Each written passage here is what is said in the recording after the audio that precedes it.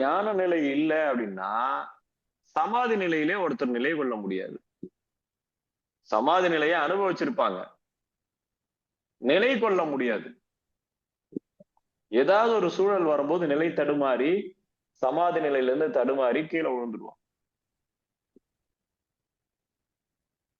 புரியுதுங்களா? இப்ப புரியும் உங்களுக்கு சமாதி அடைஞ்சாலும் ஏன் போறாங்கன்னு. புரியுதுங்களா? அப்போ எவ்வளோ முனிவர்கள் சமாதி நிலை அடைஞ்சும் அந்த நிலையில இல்லைங்கிறத புராணங்கள் சொல்லுது.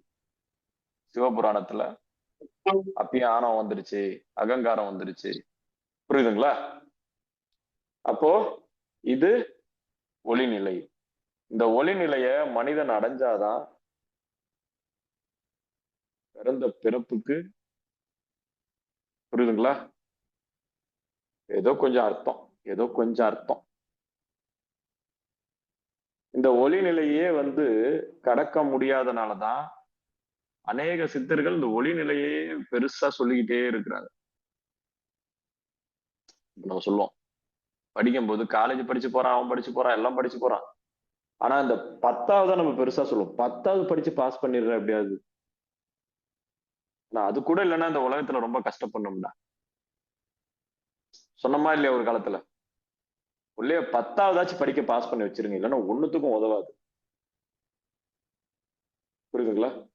அதே மாதிரிதான் இந்த ஒளிநிலை. இந்த ஒளிநிலை வந்துருச்சுன்னா இறைவனோட அருள், இறைவனா இருக்கிறவங்க, புரியுதுங்களா, பல பிறவி பிறவி தொடர்பு, குரு தொடர்பு சுத்தி வரும். குரு காப்ப மாதிரி சுத்தி சுத்தி வரும். அது கேட்கறதும் கேட்காதும் நம்ம நம்ம இது. ஆனா உங்களை சூழ்ந்து இருக்கும். புரியுதுங்களா? முடிஞ்ச அளவுக்கு உங்களை காப்பாத்துறதுக்கு பார்க்கும், சூழ்ந்து இருக்கும். இந்த ஒளி நிலையிலேயே காய கர்ப்பமா ஆயிடும். பயப்பட தேவையில்ல, எல்லாமே நடக்கும். ஆனா உங்க மனசா இப்போ காயகற்பம், இந்த ஒளி நிலை, இப்போ ஒருத்தர் ஒளி சமாதி அடைஞ்சிட்டாரு அப்படின்னா அவர் காயகற்பம்னா என்னது? இந்த உருவத்தை அருவுருவமா மாத்திக்கிறது. ஏன்னா அவர் அருவுருவத்துக்கு போயிட்டாரு. சக்தி எங்க வச்சுட்டாரு?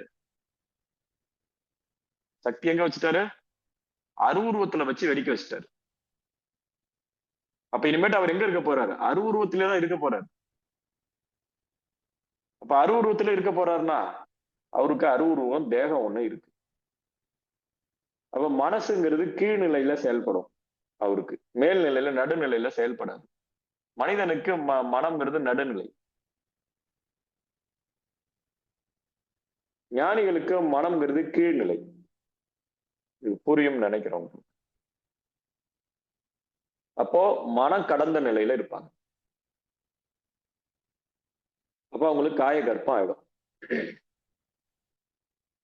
அப்ப சூட்சம சரீரம்னு ஒண்ணு வந்துடும். ஆனா இந்த சூட்சம சரீரத்தையும் அது செய்யற அற்புதத்தையும் அதனுடைய சித்தி நிலையையும் இந்த மனசுக்கு புரிய வைக்கக்கூடியது எது? ஆத்ம விசாரம். அப்ப ஆத்ம விசாரம் இல்லைன்னா இந்த சூட்சம சரீரம் இருந்தும் அது பண்ற அற்புதத்தை இந்த உடம்புல இருந்து உங்க மனசால புரிஞ்சுக்க முடியாது. புரிஞ்சுக்கிட்டீங்களா? சரி. அப்ப இந்த ஒளி நிலையை தான் எல்லாரும் முக்தி நிலை, மோட்ச நிலைன்னு சொல்றது உண்டு. இது காலநிலைக்குள்ளதான் வருது, கால வசியத்துல வருது. காலம் கடந்த நிலை இல்லை, கால வசிய நிலை. புரியுதுங்களா?